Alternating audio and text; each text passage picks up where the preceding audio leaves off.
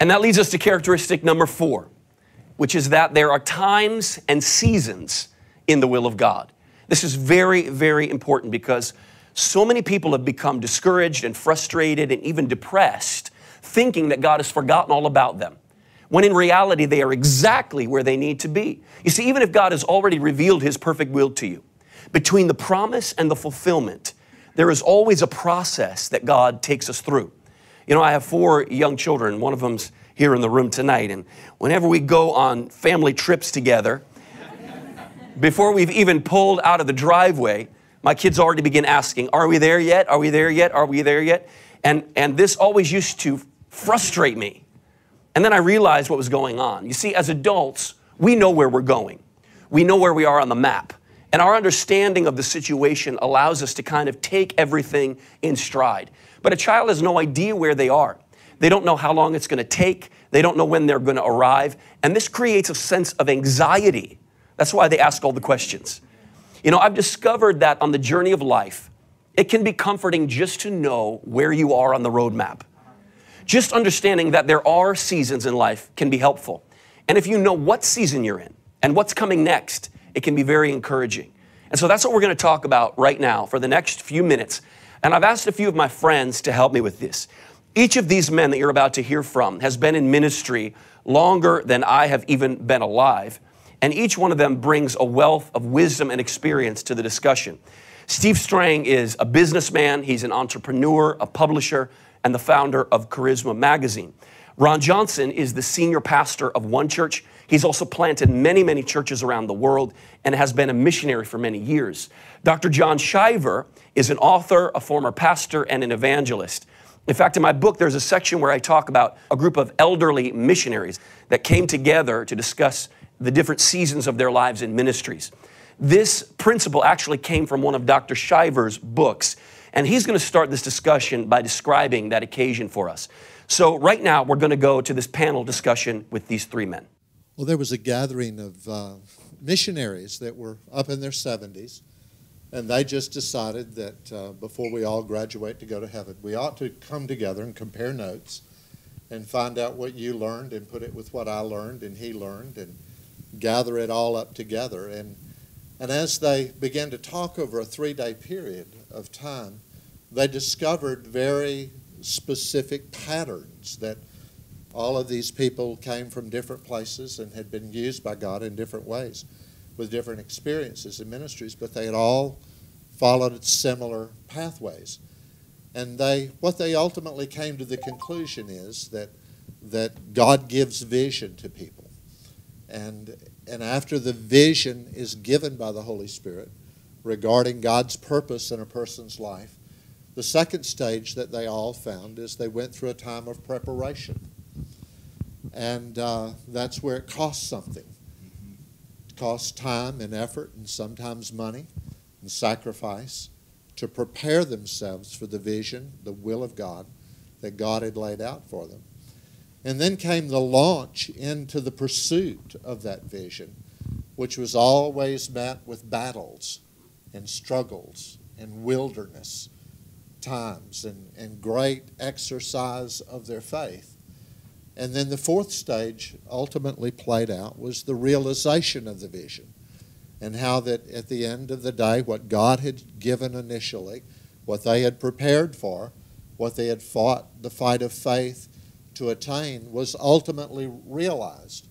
But then the most interesting part is they discovered in their lives, in seasons of their lives, that the process began all over again with the giving of a new vision and the beginning of that cycle all over again. And it was that recurring cycle of vision, preparation, battles and struggles, realization that ultimately gave birth to the repetition of that. And ultimately that was the reason God had used them.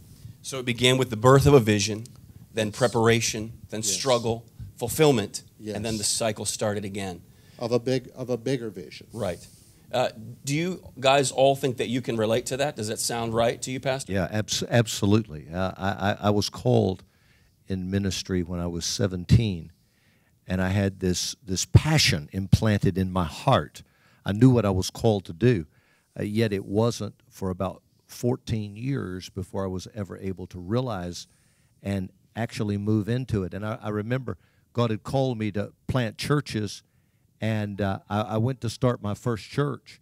And this was shortly after I'd received the call. I was maybe 19. And it was met with the struggles that you just described, and how very shortly we were not even able to, we never saw it at that time. It was a number of years later. So I absolutely echo that. Brother Steve, you're coming from, even though you are in ministry, you're also very much in business. Do you think this is reflected in the business world as well? Well, my story is not nearly as spiritual sounding. You know, as a young believer, I wanted to do something for the Lord. I wasn't called in the way these men were to the full-time ministry. I was a journalist. But I wanted to do something for God. I didn't really know what.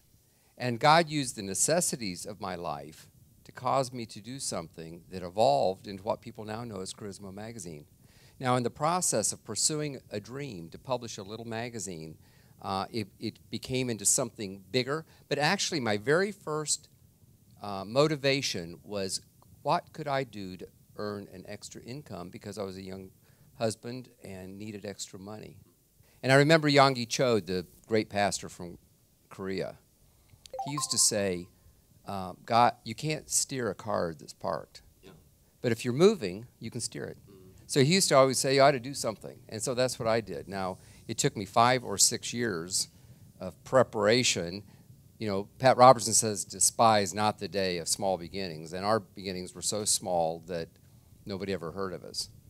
And over the years, even though in a way I'm doing the same thing, there have been new visions and they've been birthed and new things have started. So we're always in a cycle. Something's always new. Something's always kind of winding down, all these different cycles that you're talking about. But for me, I've just been pursuing what I felt God called me to do. And I believe that His will is unfolded. Pastor Ron, you know, you've planted many successful churches. You've done great things in ministry. And if I were to look at a ministry like climbing a mountain, of course, there's no top. You never really reach the top. There's always more climbing.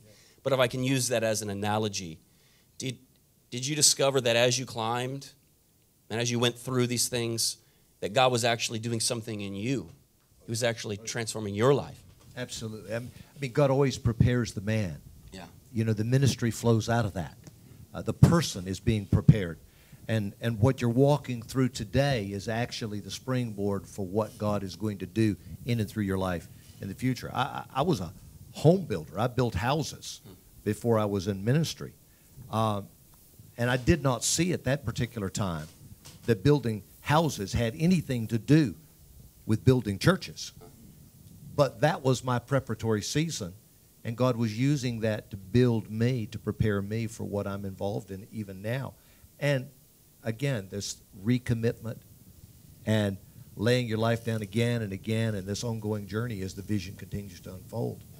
You know, Pastor John, you are a pastor. You've got a pastor's heart. I know you're an evangelist too, but you know, maybe there's somebody watching this right now. Maybe they're in ministry. Maybe God called them to some other sphere of influence, and maybe right now they're in that preparation stage, or they're in that season of wilderness and struggle, and they're wondering if they're ever going to see the light of day, and if this thing is going to work out, and maybe they are just wondering if they should quit.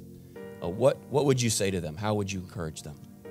Never, never, never quit. Daniel, I've always believed that when everything is said and done, God was always more interested in the journey than He was the destination. And it's the times of the struggle. It's the time of the preparation. It's the time of the wilderness and the battle that ultimately God watches and God is pleased with. Anyone can be a success when everything's successful. But it takes character, it takes integrity, it takes faith, it takes faithfulness to walk it out in that time if somebody's watching today. And God's watching, and I think I'd just say to people, you're loved and you're never alone. And God is faithful, and He's going to bring you through.